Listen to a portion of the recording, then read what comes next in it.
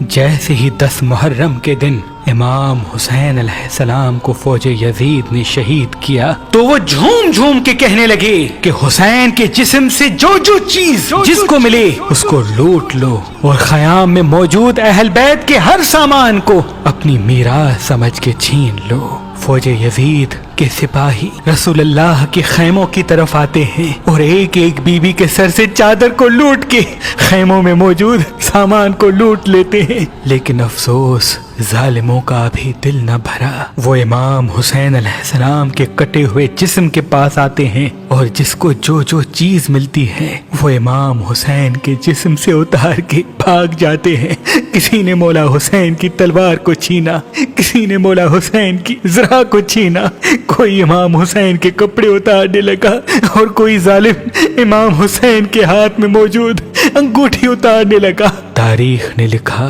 جب وہ انگوٹھی ہاتھ سے نہ اتری تو وہ امام حسین کی انگلی کاٹ کے انگوٹھی لے کے بھاگ گیا۔ فوج یزید میں جو اہل بیت کا سامان لوٹتا وہ دوسروں سے فخر سے کہتا کہ میرے پاس جو مال غنیمت آیا ہے اگر یہ میں یزید کو دکھا لوں کہ میں نے اہل بیت سے یہ کس طرح سے لوٹا ہے تو مجھے ایسا انعام دے گا جس کو میری نسلیں بیٹھ کے کھائیں گی۔ یہ بات ایک ملعون عرہ بن وقاص سنتا ہے۔ وہ بہت کوشش کرتا ہے کہ خیام سے کچھ لوٹ لوں لیکن اس سے پہلے ہی لوگ لوٹ لیتے ہیں۔ وہ مولا حسین کے جسم کے قریب آتا ہے لیکن جو سامان مولا حسین کے جسم پر تھا وہ ظالم اس سے پہلے ہی لوٹ لیتے ہیں۔ تو وہ سوچے کہ میں ایسا کیا لوٹوں جس کو جب یزید کو دکھاؤں تو مجھے بڑا انعام ملے۔ وہ امام حسین کے جسم کو دیکھ کے پاؤں کو دیکھتا ہے اور امام حسین کے پاؤں کو کاٹنے کی کوشش کرتا ہے، بس خنجر کو نواسہ رسول کے پاؤں پہ رکھ کے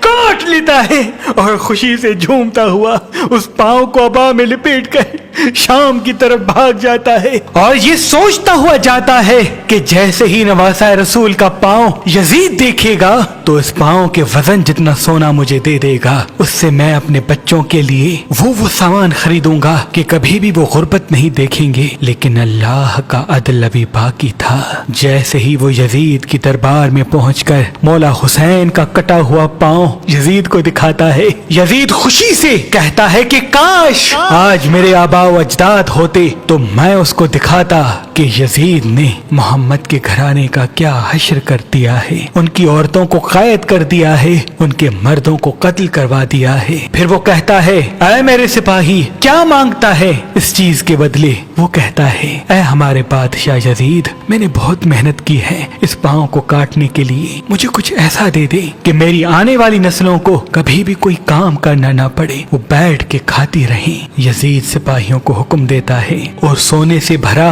ایک بڑا سا صندوق اس کو دے دیتا ہے، لیکن ابھی اللہ کا عدل باقی تھا۔ وہ جیسے ہی اپنے گھر پہنچے تو دیکھے اس کے تمام بچے ایک لا علاج مرض میں مر چکے ہیں۔ وہ اپنے بچوں کی لاشوں کو دیکھ کے زارو قطار روتا ہے اور کبھی یزید کے نام کو دیکھتا ہے اور بالآخر پاگل ہو کر شام کی گلیوں میں پھرتا رہتا ہے۔